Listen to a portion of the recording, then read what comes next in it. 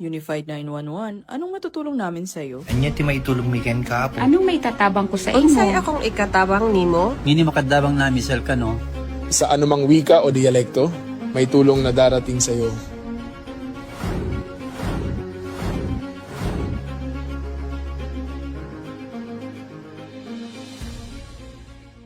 Lilingkod sa bawat Pilipino at magbibigay ng tamang impormasyon para sa tahimik at maayos na Pilipinas. Police News Network, alagad ng batas, tagapagtaguyod ng balitang pulis, sandigan ng mamamayan, patnubay ng katotohanan.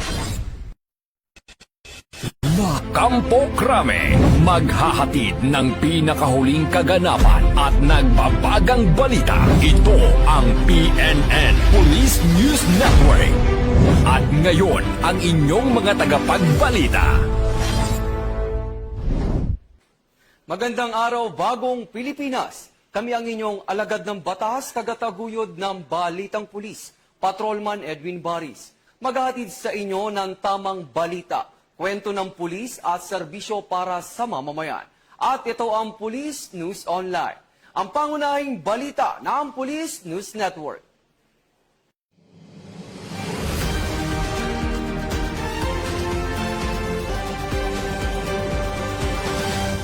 At narito ang mga balitang hatid ng ating mga PNN correspondent mula sa iba't ibang panig ng bansa.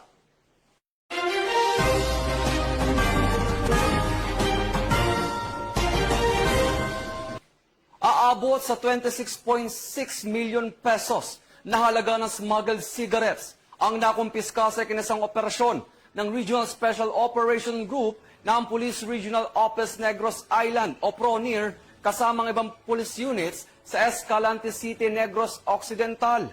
29 anyos na suspect, arestado. Magbabalita dyan si Police Corporal Ramona Budwin.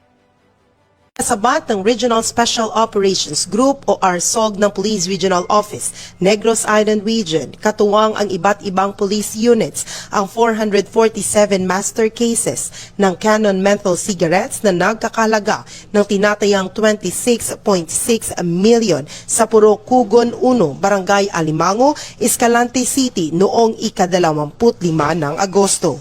Sa operasyon, arestado ang 29 anyos na si alias JC na umano'y aktwal na may hawak ng mga kontrabando.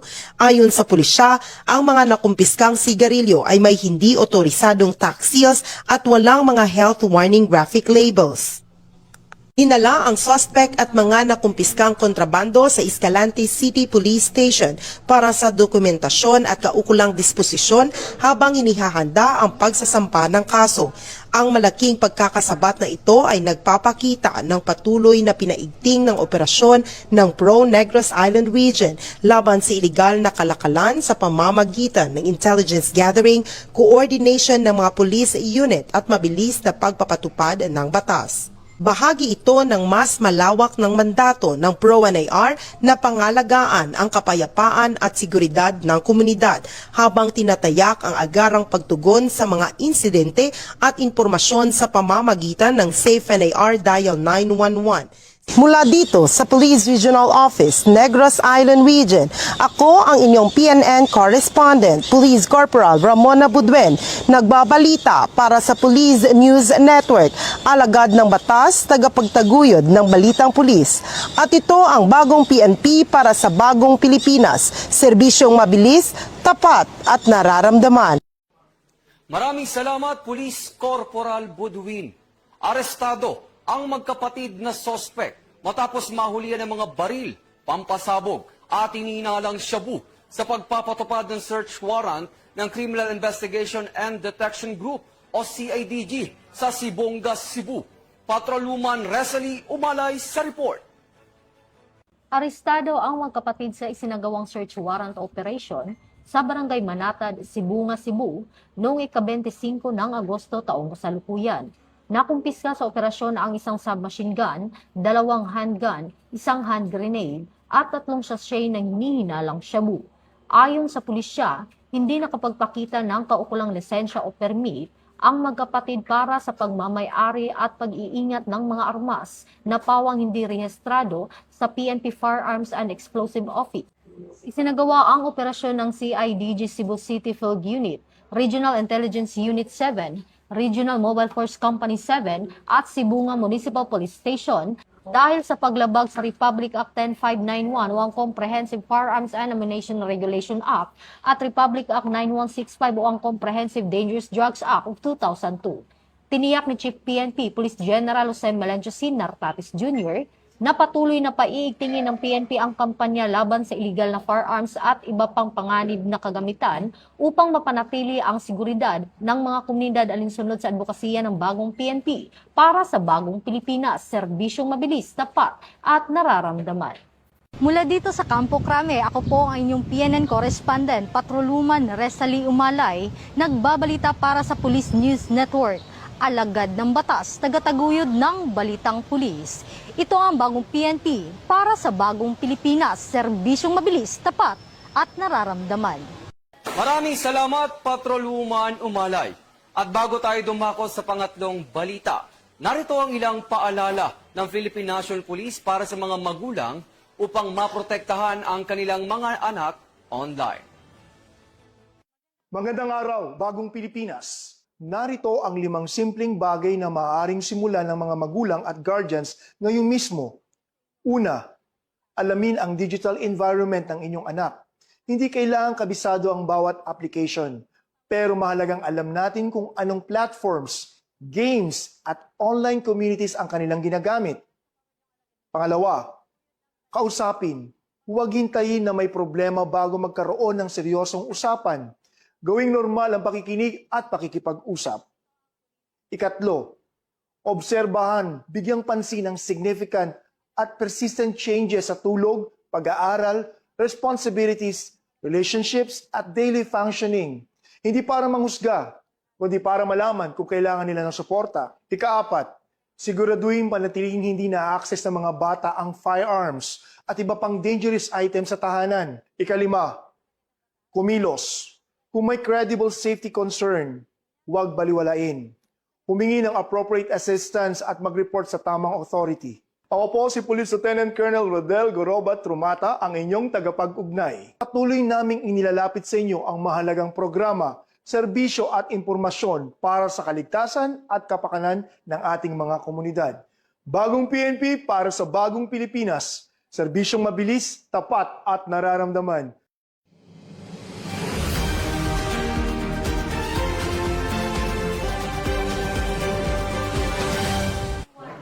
Para sa ikatlong balita, PNP Chief Police General Jose Melencio C. Nartates Jr. nag-alay ng pasasalamat sa isang taong tapat na paglilingkod bilang Chief ng Philippine National Police. Tinutukan niya ni Patroluman Maria Sara Bernales. Nagtipon ang pambansang kapulisan sa isang banal na misa ng pasasalamat noong Agosto 26 sa St. Joseph Chapel, Camp Crame upang opisyal na markahan ang unang taon ng pamumuno ni Police General Jose Melencio Nartates Jr. bilang Chief ng Philippine National Police. Dumalo sa pagtitipon ng kanyang kabiyak, kasama ang mga matataas na opisyal ng PNP, uniform personnel at non-uniform personnel upang mag-alay ng panalangin para sa patuloy na paggabay ng may kapal sa ating kapulisan. Ang taimtim na okasyon ay naging pagkakataon din upang pagnilaya ng mga naging tagumpay, hamon at mahalagang milestone ng organisasyon sa nakalipas na taon. Sa nakalipas na 12 buwan, naging malinaw ang pagbabago ng kapulisan tungo sa mas disiplinado at modernong serbisyo. Sa ilalim ng PNP Focused Agenda at ng temang Bagong PNP para sa Bagong Pilipinas, serbisyong mabilis, tapat at nararamdaman, naisakatuparan ng buong puwersa ang malaking pagbaba ng antas ng krimen sa bansa sa pamamagitan ng mas pinalakas na police visibility. Kasabay nito ang mas pinaigting na kampanya laban sa mga malalaking drug syndicate gamit ang mga pamamaraang pabor sa karapatang pantao. Ang walang pangkat na internal cleansing laban sa mga tiwaling pulis upang maibalik ang tiwala ng publiko at ang modernisasyon ng mga sistema para sa mas mabilis na pagresponde sa mamamayan. Pinatunayan ng buong PNP ang kanilang pagkakaisa at pagkilala sa liderato ni Police General Nartates sa pamamagitan ng patuloy na dedikasyon ng bawat kasapi nito. Sa kanyang pagharap sa panibagong taon ng panunungkulan, muling pinagtibay ng pambansang kapulisan ang kanilang commitment na magbigay ng isang profesional, responsable at taus-pusong paglilingkod na nakatutok sa kapakanan ng mamamayang Pilipino. Mula rito sa Campo Crame, ako po si Patrolwoman Sari Bernales, nagbabalita para sa Police News Network. Bagong PNP para sa Bagong Pilipinas. Serbisyong mabilis, tapat at nararamdaman. At bago naman po tayo dumako sa safety tips ng Police News Online, alamin naman natin ang weather updates ngayong araw. Mula pa rin kay Patrolwoman Maria Sara Bernales.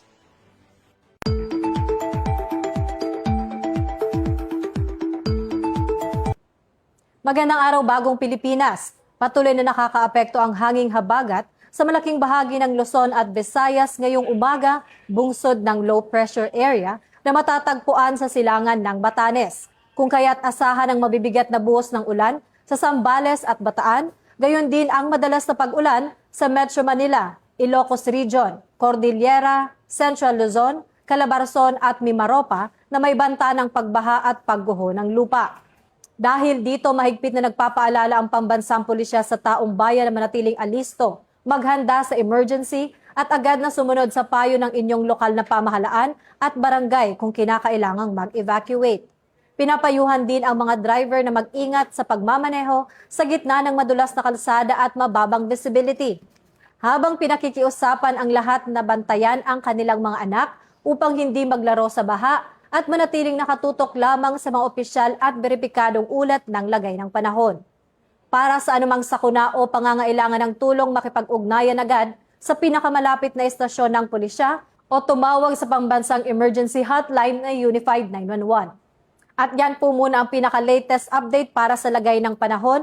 Manatiling nakatutok sa Police News Network. Ako po si Patrolwoman Sari Bernales, nagbabalita para sa Police News Network, alagad ng batas, tagataguyod ng Balitang Pulis. Bagong PNP para sa Bagong Pilipinas. Serbisyong mabilis, tapat at nararamdaman.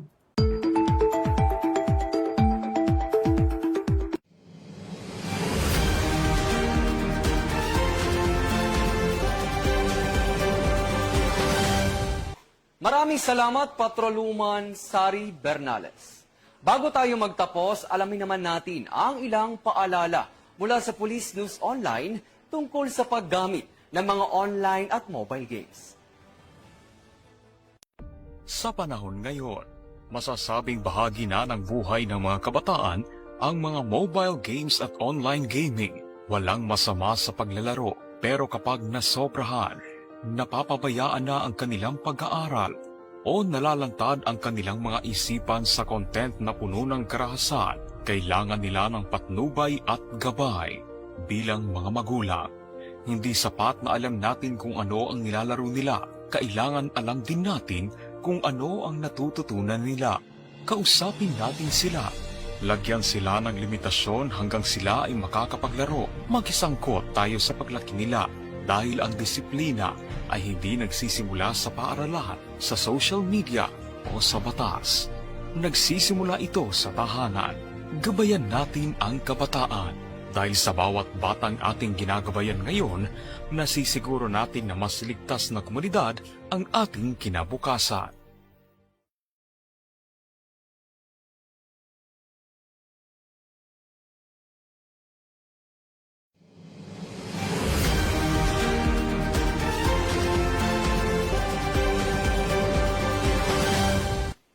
At yan ang mga balitang nakalap ng ating mga PNN correspondents mula Luzon, Visayas at Mindanao. Para sa mas malawak at mabilis na ulat ng mga balita, i-like, follow and share kami sa aming Facebook account ng Police News Network at syempre sa Twitter account para sa mga real-time updates at YouTube channel para sa mga live stream at replays. Manatiling mapagmatyag at laging alamin ang totoo. Mga PNN, ating abangan ang Sumbong Mo Aksyon Agad. Mamayang alas 12:30 ng tanghali sa kanilang Facebook page at mamayang alas 4 ng hapon sa PNN YouTube channel. Sa ngalan ng pamunuan ng Philippine National Police sa pangunguna ni Chief PNP Police General Jose Melencio C. Nartates Jr. at sa pamumuno ni President Ferdinand Bongbong Marcos Jr., kami ay maglilingkod sa bawat Pilipino. at magbibigay ng tama at balanseng balita. Mula rito sa tanggapan ng tagapag-ugnay ng Pambansang Pulisya, ako ang inyong alagad ng batas, taga-taguyod ng Balitang Pulis, Patrolman Edwin Baris. Maghahatid ng tamang balita at serbisyo para sa mamamayan. At ito ang Police News Online, ang pangunahing balita ng Police News Network.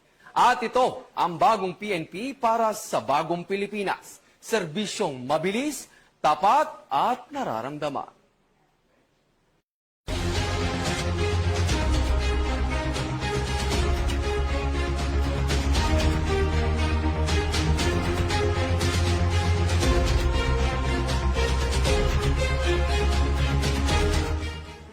Police News Network, alagad ng batas, tagapagtaguyod ng balitang pulis.